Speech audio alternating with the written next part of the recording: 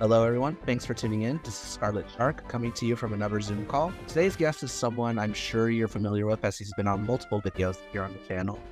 Serves as a commentator and was even a TL for a while. He's also recommended a ton of games to be added to the arenas, including Healthy Blood, BlazBlue Central Fiction, Guilty Gear Strive, and both Marvel vs. Capcom Free and Infinite. The arena wouldn't be nowhere near as successful and fun if it weren't for this man. Let me welcome Gabriel Cachafeiro, aka Ogen, to the channel. Firstly, Ogen, it's a huge pleasure to have you on the show, and welcome. Thank you very much. Right, for starters, let's take God. You play a ton. What was your first experience with the genre? Overall, MK9. Back when I was still in high school, still in high school, MK9, mainly the Mortal Kombat series, is what drove me to the fighting games first. But my first tournament was a Smash Bros. Brawl tournament. It did not went well. That being said, my first competitive experience was with Brawl and Mario Kart originally, but then I transitioned through time to traditional fighting games, 2D fighters, 3D fighters, the occasional arena fighter, anime fighters, tag fighters, everything regarding every single fighting game that I could play, I like playing it. All right. Has there been any particular fighting game that has stood out to you as being particularly difficult to start with? Difficult to start with? I would have to say it's a tie between Tekken, the Tekken series, and the Marvel vs. Capcom series. Mainly because overall they're easy games to play, but they both have mechanics that are really difficult. For example, in Marvel vs. Capcom, the team compositions have their difficulties, each one of them, and the Tekken one is mainly due to the amount of knowledge that you need to have for each character in order to play it correctly and consistently. Okay.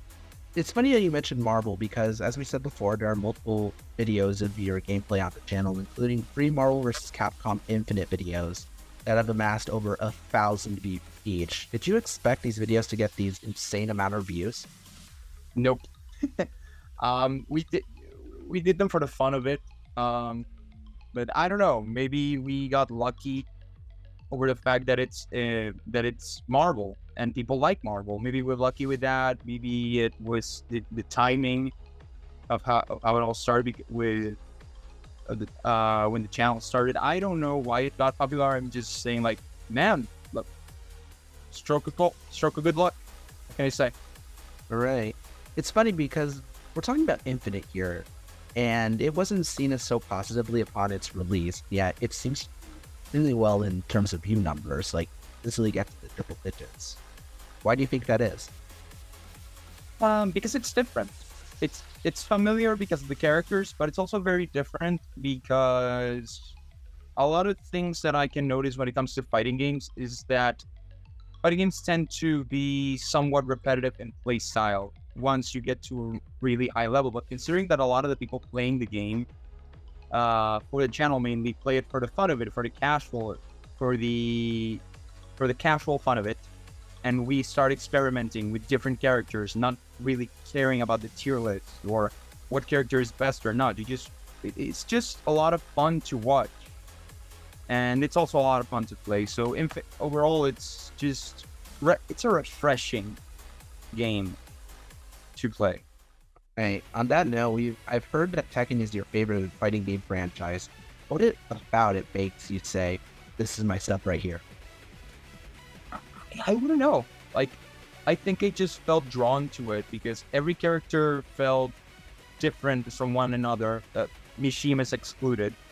And even saying that, every Mishima still plays so differently from one another. Every single character in Tekken just feels unique. You can't play one character like another character. You need to know what you're doing, and that need of knowing what you're doing with every character that you play in the game is just makes the game a lot more interesting. It's like a game where you need, if you're gonna play it and you're gonna play it seriously, you need to find like your north pick. Like you need to find your main, and you need to stay true to that character. All right. To see success at the beginning. Once you know how to use that one character, then you can branch out.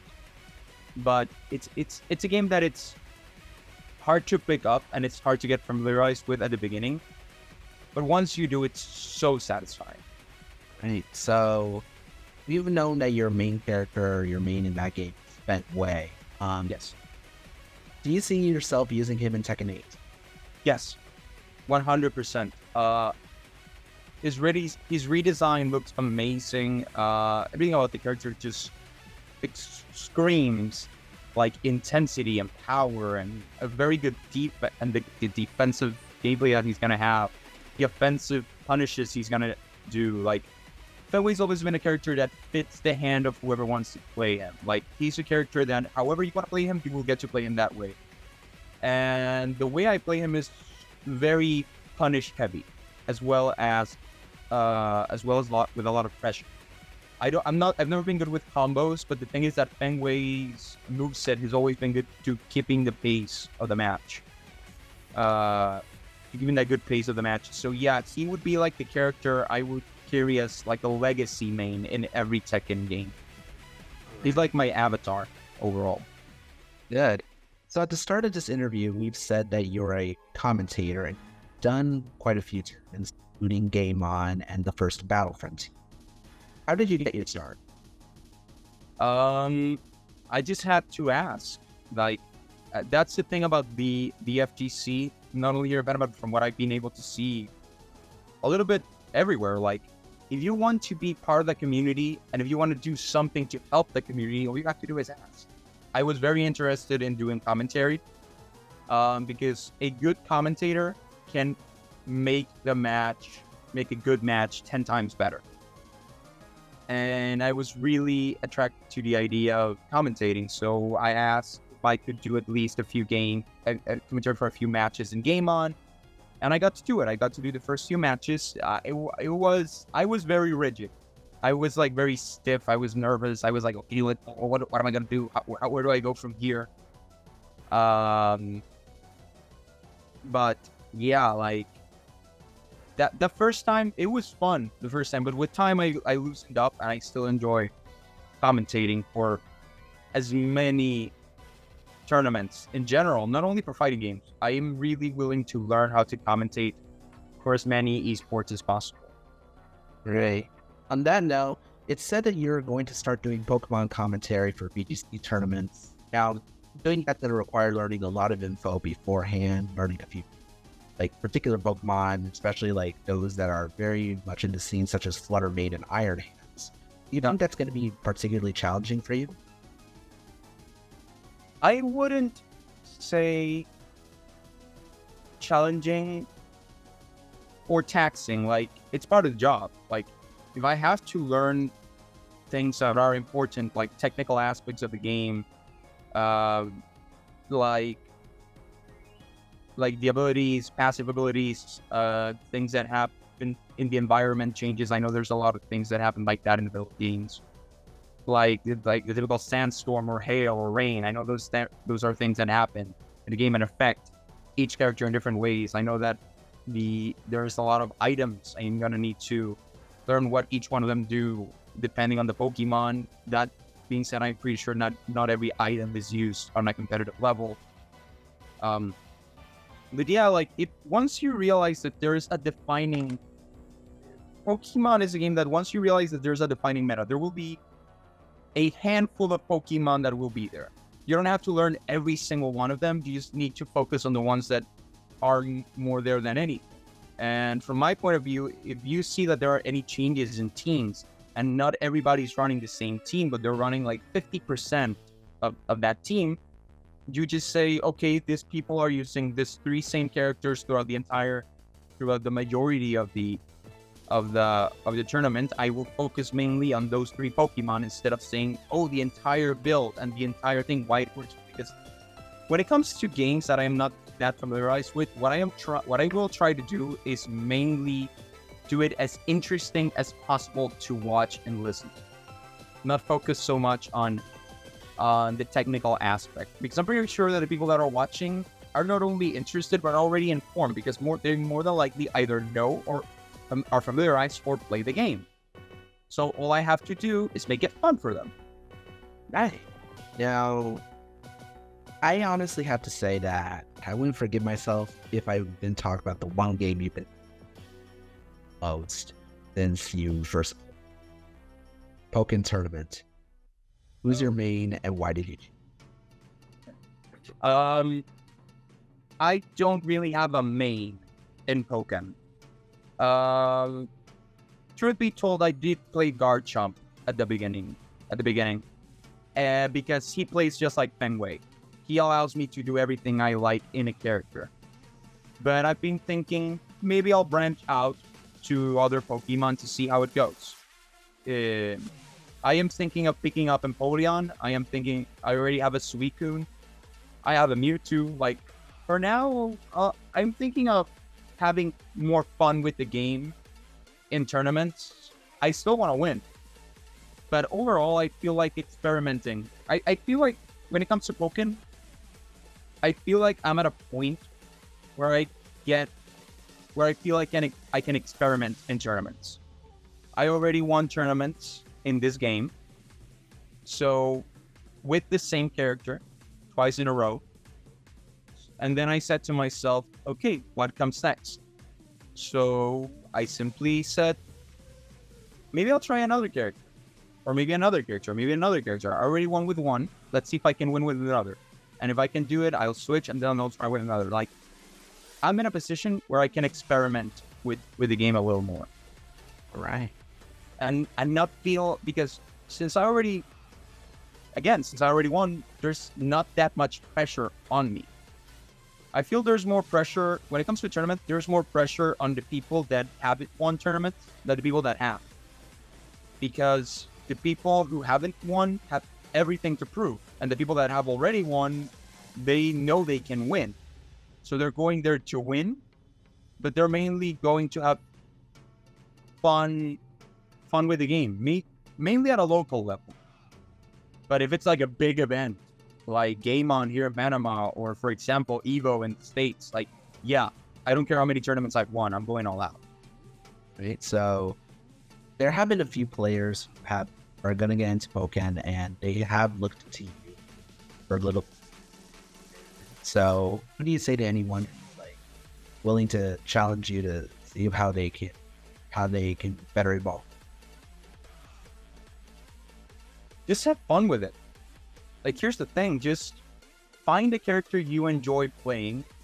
If it's not your favorite Pokemon, don't worry about it. Because at the end of the day, this is not a traditional Pokemon game. Think of it as a fighting game. Go with a character that you will know fit your hands. You need to learn that character. You need to enjoy the way the character plays. Like, if your least favorite Pokemon is in the game, but he's the one that you do the best with, and you're enjoying how you play with it, then go with it. Right. Like, at the end of the day, you need to enjoy the game, but you also need to practice. And you also need to find a way to get as good as possible with the game. Gotcha. Since you're going to commentate on your first Pokemon tournament, and you're already very much involved with Pokken, I figured that as like a perfect initiation. List 10 of your 10 Pokemon, 10 random ones, and you say the first of them. Okay. All right. So I think we'll start things off with Ari. Enigmatic. All right. Greninja. Greninja. I would have to say Modern Classic. All right. And this one goes like a shout out to our editor, Dragonite. Oh man. When it comes to Dragonite, like explosive, Incineroar. annoying. To be fair, I think literally everyone in the VGC would have, and maybe a few Smash players. Yeah. Mewtwo. I think people are gonna kill me for this, but I am going to say overplayed. All right. That's interesting. Very interesting takeaway. Yeah, like they like Mewtwo is like that Despacito. He always comes back. Like I think they burned him like that. They burned that song. Oh, I know Victor's gonna have fun editing that. Okay, let's see. What about Charizard? Nostalgia. Okay. How about Gardevoir? Elegant. All right. Boop. Suicune. Suicune. Winter. I don't know why, but winter. All right. Darkrai. Depressed. Yeah. And I know this is one you're out. So you knew I was going to do it for months. Bulbasaur. Oh, childhood. All right. All right. That was great. That's good. It's actually really kind of nostalgic. So on that note, I think that's all the time we have for today. Ogen, I honestly can't say this enough. Thank you so much for your time and for everything you've done to help, from providing YouTube content to recommending games to even helping us out at the very start of this adventure, and even to this day, still giving us a hand whenever we need it. We couldn't have gone this far without you, and for that, I'm always grateful. Thank you. You are awesome, and if we ever do end up doing the Pokken tournament and I end up playing in it, I hope that I get a shot at your card. Yeah. That being said, Yeah. With that being said, you better bring your 100% for that. Same. All right. So anyway, this is Shark signing off. Hold on while I finish the recording.